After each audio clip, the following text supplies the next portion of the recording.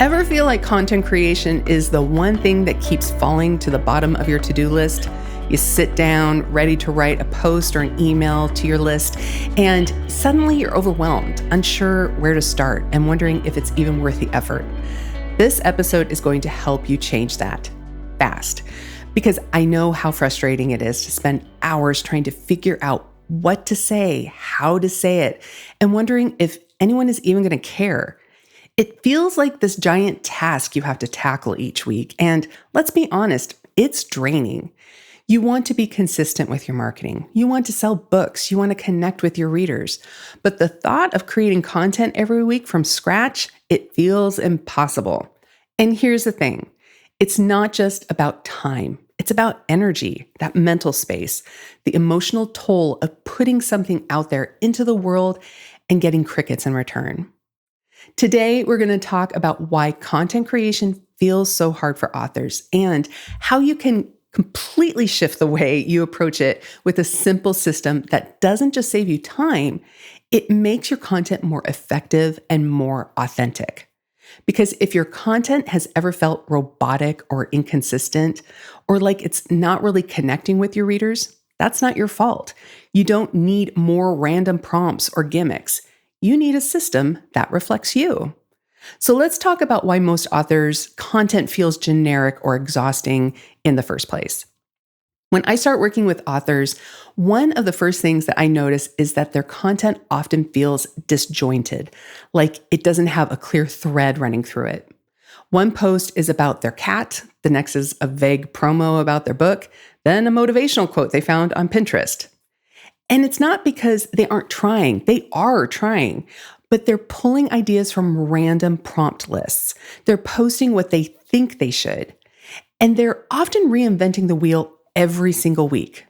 Sound familiar? This approach creates content that feels all over the place. It doesn't lead readers on a journey, and it doesn't build momentum. And worst of all, it doesn't sound like you. When content doesn't reflect your voice, your values, and your message, it not only feels exhausting to create, it falls flat. And here's the good news. It doesn't have to be that way. What actually works is creating custom, reusable content that reflects you. And that means it sounds like your actual voice, not a robot or a marketing machine. It aligns with your book and your message. It connects with your ideal reader in a way that feels natural. And that's what the Author Marketing Assistant was built to help authors do. And today, I'm going to walk you through the exact system that we teach inside the Author Marketing Assistant to help authors plan a week of content in under an hour, and you'll actually enjoy the process. This system has 3 parts: your brand voice clarity, reader-centered messaging, and weekly content rhythms. So let's start with brand voice clarity.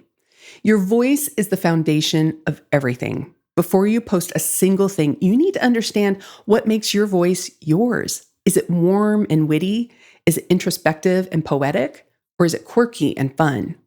When you're clear on your tone, your values, and how you naturally communicate, everything really does become easier.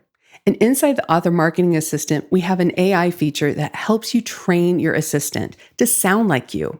You feed it samples of your writing, a blog post, a social media post, a newsletter copy, and it learns your voice. So instead of sounding like a generic prompt, the content it helps you create actually feels like something you would say. That brings us to step 2, reader-centered messaging. This is a big mindset shift for most authors. So instead of thinking, how can I promote my book? We shift to, how can I connect with my reader? Instead of shouting, look at my book, you're inviting your readers in with, here's something for you. When you speak to your readers' curiosity, their interests, their needs, that's when your content becomes magnetic. Let me just give you a quick example. If you write cozy mysteries, instead of posting a vague update like working on book 3 today, you could create a post that says, if you love small town settings, quirky sidekicks, and cinnamon roll detectives, book 3 is going to be your new favorite. Now that's specific. That's intriguing. That is reader-centered. And when you create content from that lens, When every post, every caption, or email is designed to connect, not just broadcast, that's when readers sit up and pay attention. Finally, let's talk about a weekly content rhythm. This is where the magic really happens. So instead of starting from scratch every single week, you create one core message, then repurpose it across multiple platforms and formats. So here's how that might look.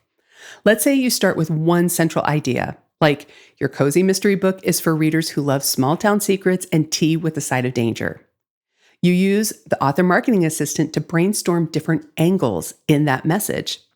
So that core idea becomes a hook for your reel. So that could be something like, if you love Gilmore Girls but wish it was set in a murder mystery, this series is for you.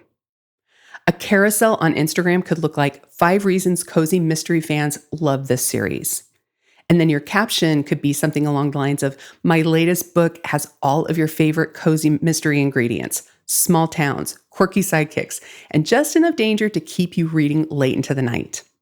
And then your email intro could be, have you ever wanted to vacation in a charming small town where nothing is as it seems? That's exactly what inspired my latest book. One idea, multiple formats, all in your voice, all centered on your reader.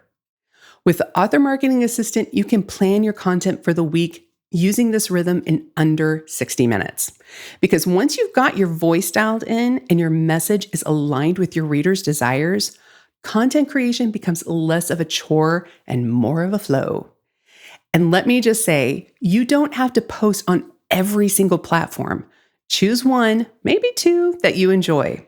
Focus on quality and connection, not quantity. So let's go through another quick example. Say you write nonfiction and you're a wellness author who focuses on helping women set better boundaries.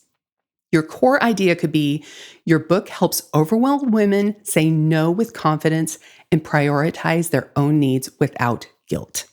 That can become a reel with the hook that says, why setting boundaries isn't selfish, it's survival. A newsletter intro could be something like, last week I told a friend no, and it felt amazing. Here's why I'm finally done with guilt-driven decisions. And then you could create a static post for Instagram with a quote or a graphic that says, no is a complete sentence. You could also create a carousel that says 3 signs you need stronger boundaries and how to start. Again, it all flows from one message. It's in your voice, and it speaks directly to your ideal reader's current struggle.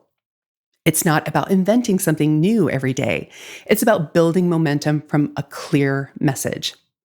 So if you're ready to stop staring at that blank screen every week, if you want to create content that feels like you, connects with your reader, and actually helps you sell books, I want to invite you to check out the Author Marketing Assistant. It was built for authors just like you who want to market with clarity, confidence, and authenticity. It helps you save so much time, stay consistent, and most importantly, build momentum.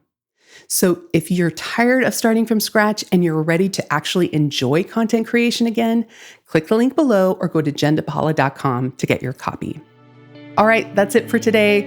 I hope this episode gave you a fresh perspective on what your content could be, something that reflects your voice, your message, and your reader's heart. You don't need to do more. You just need to do what works and do it with intention. Thanks for joining me, and I'll see you next time.